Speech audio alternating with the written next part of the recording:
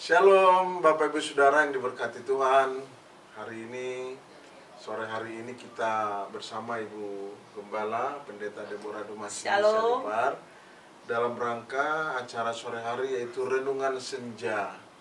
Renungan Senja ini diadakan untuk membahas, memperjelas apa yang hari Minggu lalu sama-sama kita dengarkan dari mimbar Tuhan di gereja, melalui YouTube dan lain-lain. Nah, firman Tuhan yang menjadi judul minggu lalu itu oleh Ibu Pendeta Deborah adalah Yesus adalah kegenapan dari hukum Taurat.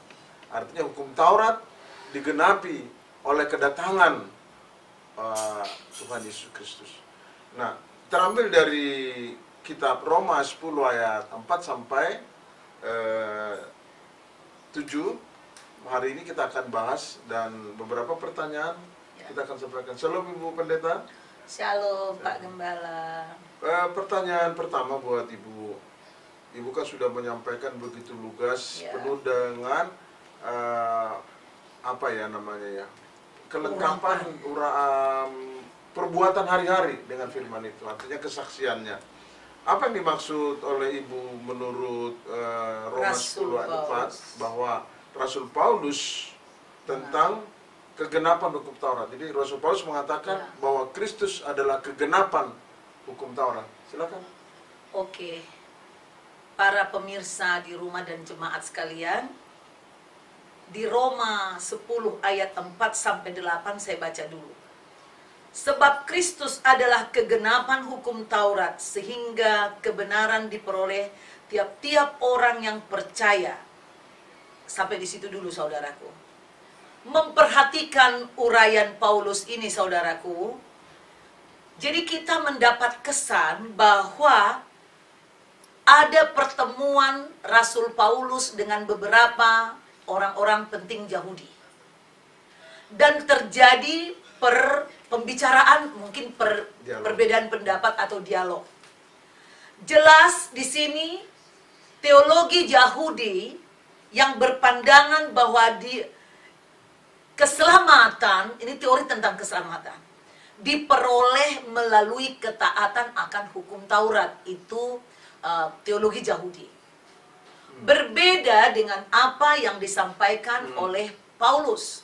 Nah, Paulus ini saudaraku menyatakan bahwa keselamatan ini adalah anugerah dari Tuhan, ya, melalui kematian dan kebangkitan Kristus. Jadi saudaraku, maka dia katakan bahwa Kristus adalah kegenapan dari hukum Taurat. Jadi Taurat itu saudaraku, mau dilakukan kayak apapun, sepertinya tetap tidak bisa menyelesaikan dosa manusia. Terbukti nanti di Ibrani dikatakan bahwa imam harus setiap tahun pergi ke ruang Maha Kudus mempersembahkan darah, meminta ampun untuk dosanya sendiri, dosa imam itu sendiri, baru dosa para pengikutnya. Jadi dosa itu nggak pernah selesai, saudaraku. Nah, makanya memang Taurat ini sangat berguna, menunjukkan ada dosa, menyatakan ada dosa. Ini adalah penuntun, tapi dia bukan jawaban atas keselamatan. Tapi Kristuslah jawaban untuk keselamatan. Bahwa kehadiran, kedatangan Yesus adalah menggenapi apa yang kurang dalam hukum Taurat. Ya. Bapak Ibu Saudara yang diberkati Tuhan, Torah itu terdiri dari 5 kitab: Kejadian, Keluaran, Bilangan, Imamat, dan Ulangan. Lalu kemudian ada lagi 15 kitab para nabi yang menjelaskan tentang Taurat yang gagal dilaksanakan oleh bangsa Israel. Oleh karena itu Yesus harus turun, harus datang. Itu yang tadi dikatakan oleh Ibu Pendeta. Nah, pertanyaan kedua adalah yang di dalam Roma 10 ayat 6, apa maksud daripada Rasul Paulus tentang kebenaran karena iman? Ya. Kebenaran karena iman maksudnya begini. Iman bukanlah usaha untuk memperoleh keselamatan, saudaraku. Melainkan iman itu adalah jawaban manusia atas keselamatan respon manusia atas keselamatan yang dikaruniakan melalui kematian dan kebangkitan Kristus. Jadi Paulus menegaskan bahwa Kristus adalah kegenapan hukum Taurat. Saudaraku, di ayat 5 dikatakan, sebab Musa menulis tentang kebenaran karena hukum Taurat. Orang yang melakukannya akan hidup karenanya. Tetapi kebenaran karena iman berkata demikian. Dan jangan katakan di dalam hatimu, siapakah akan naik ke sorga, yaitu untuk membawa Yesus turun. Saudaraku, Yesus turun ke bumi menjadi jawaban atas masalah manusia dalam segala hal, termasuk dosa turunan. Bukan karena keinginan manusia, bukan karena ibadah orang-orang suci, bukan. Tetapi memang Bapa memiliki rancangan hidup yang kekal kepada manusia. Dan di dalam rancangan itu, Yesus, anaknya, diutus untuk menjadi korban, memberikan darahnya. Karena kita ini semua sudah berhutang darah. Darah yang diciptakan Tuhan untuk kekekalan itu tidak bercacat celah. Tapi karena tindakan Adam dan Hawa memakan buah yang dilarang, sehingga darah itu tercemar. Itu sebabnya kita disebut memiliki dosa turunan, saudaraku. Jadi semakin jelas bahwa hukum Taurat ada tadi 10, dan tambah lagi sebenarnya di kitab Kejadian, Ulangan, Bilangan, Imamat, dan itu ada 613 larangan, jangan.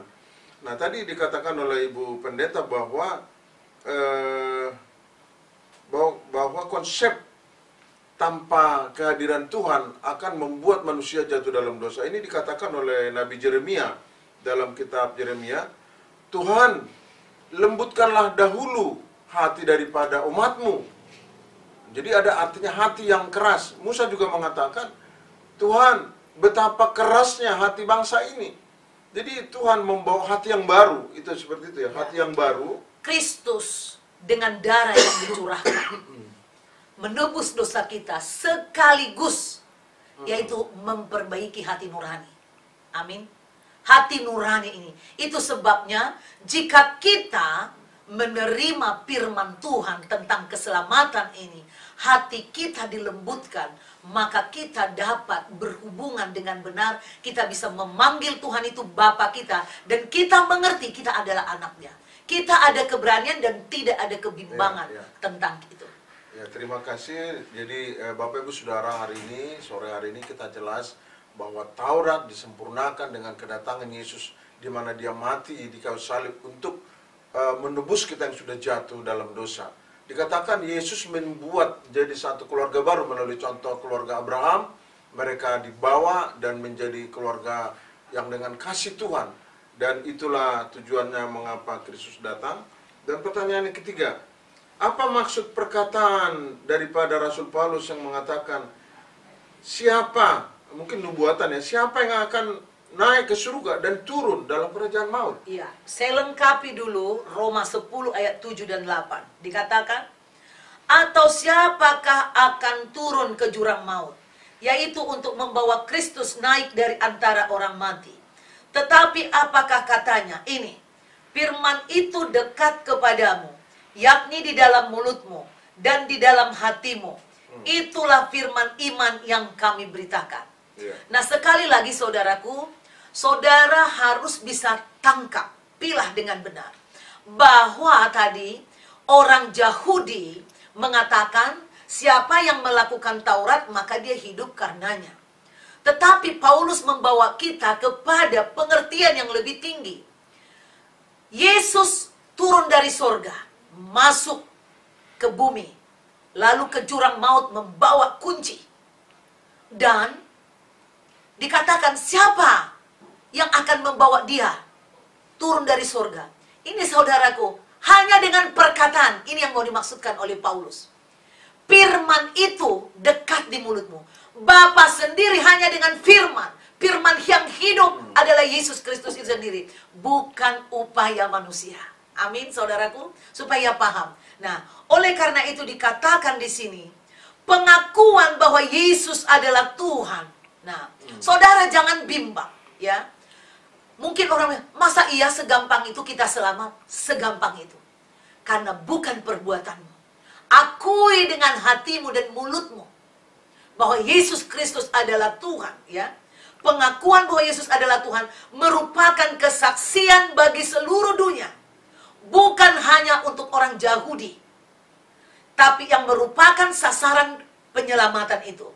Tetapi keselamatan ini buat setiap manusia yang dengan mulutnya mengaku bahwa Yesus adalah Tuhan. Jadi, mengaku dengan mulut merupakan aspek penyelamatan dari Tuhan. Tidak ada seorang pun juga yang bisa ngaku-ngaku Yesus Tuhan kalau bukan dianugerahkan oleh Roh Kudus. Jadi kalau sampai papi mengatakan aku percaya Tuhan, itu sesungguhnya bukan hanya dirimu, tapi ada Roh Kudus yang dianugerahkan. Itu adalah karunia. Jadi kalau orang pun menolak Yesus adalah Tuhan, itu pun berarti memang dia belum dikaruniai. Nah, makanya di dalam kekristenan tidak ada yang namanya pemaksaan, saudaraku. Percaya dalam hati merupakan aspek yang menjadi dasar dari tindakan dan perbuatan. Jadi, aku percaya Yesus Kristus Tuhan. Inilah yang mendorong saya bekerja keras mencari Tuhan. Saya sampai sekolah teologi di beberapa tempat. Saya masih kerja di bank, saudaraku. Nah, ketika sudah tiba saatnya, mulai banyak orang datang kepada saya untuk minta didoakan. Mereka mengalami jamahan Tuhan lewat hidup saya. Tadinya pekerjaan di bank adalah pekerjaan yang buat saya bergengsi dan saya butuhkan karena gaji saya besar di sana dan saya mungkin memiliki masa depan yang lebih baik secara finansial. Itu zaman dulu di dalam pikiran saya. Apa yang saya cintai itu bisa saya tinggalkan. Yang dikatakan Paulus, apa yang dulu ku anggap suatu keuntungan menjadi sampah. Oleh karena pengenalan akan Kristus. Roh Kudus yang membawa kita kepada pengenalan ini membuat kita mampu meninggalkan hal-hal yang bersifat lahiriah. Nah, ini saudaraku. Jadi kematian dan kebangkitan dari Tuhan Yesus Kristus adalah anugerah Bapa Yahweh untuk keselamatan manusia. Dengan demikian, menurut Paulus, perbuatan adalah jawaban terhadap anugerah.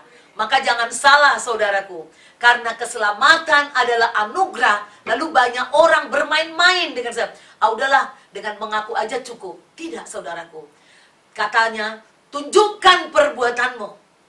Tunjukkan imanmu tanpa perbuatan. Kata Paulus, aku akan menunjukkan perbuatanku, imanku dengan perbuatan. Artinya, saudaraku, itu adalah respon iman, bukan untuk melahirkan keselamatan. Amin. Jadi keselamatan itu pure anugerah dari Bapa melalui putranya Tuhan Yesus Kristus. Kita patut bersyukur karena apapun upayamu, makanya nggak ada alasan. Miskin atau kaya, tinggi atau pendek, cantik atau jelek, ganteng atau suram, saudaraku, punya uang banyak atau tidak. Setiap orang memiliki kesempatan untuk diselamatkan. Jangan sia-siakan anugerah ini. Hanya dengan mulut kau mengatakan, Tuhan, aku percaya bahwa ada satu pencipta langit dan bumi, yaitu Tuhan Bapa di sorga yang mengirim anaknya Yesus Kristus sebagai Tuhan dan Juru Selamat. Aku percaya darah Yesus Kristus dicurahkan untuk menghapus dosaku. Katakan amin. Jadi saudara cukup mengatakan itu, perkatakan. Aku setiap hari mengatakan, aku bersyukur Tuhan bahwa Engkau sudah mati di kayu salib. Setiap pagi saya mengatakan seperti itu. Dan imanku terus ditambahkan. Mari saudaraku, tiap pagi katakan, aku bersyukur bahwa Yesus sudah mati bagiku. Darahnya dicurahkan untuk mengampuni dosaku, menghapus dosaku. Dan oleh darah itu, aku sekarang berkata, ya Abba, ya Bapa, kepada Tuhan pencipta langit dan bumi yang maha tinggi dan maha besar.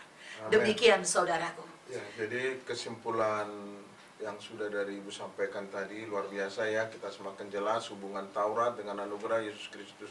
Jadi hukum Taurat yang telah diterima Musa kemudian digenapi oleh kedatangan Tuhan Yesus.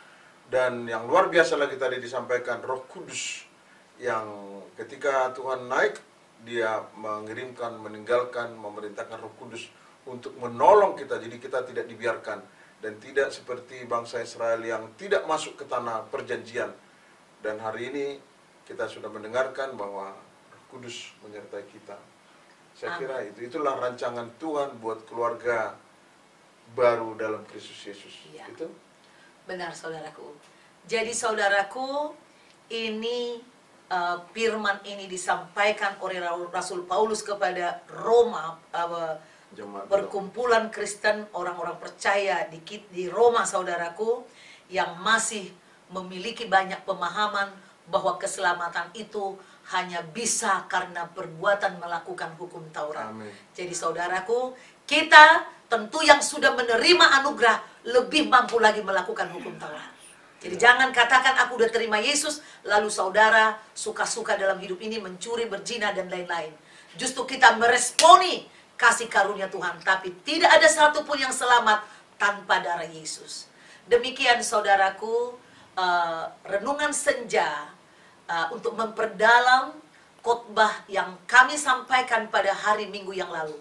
Bagi saudara yang belum menontonnya, ulang kembali tonton, yaitu ibadah hari Minggu pada tanggal 24 Januari 2021. Dan renungan senja pada hari ini, Selasa, Rabu, dan Kamis besok akan terus hadir di rumah saudara. Silahkan buka YouTube, cari Christ Bright Ministry atau CBM 7 TV. Sampai jumpa besok sore. Tuhan Yesus memberkati. Haleluya. Amin.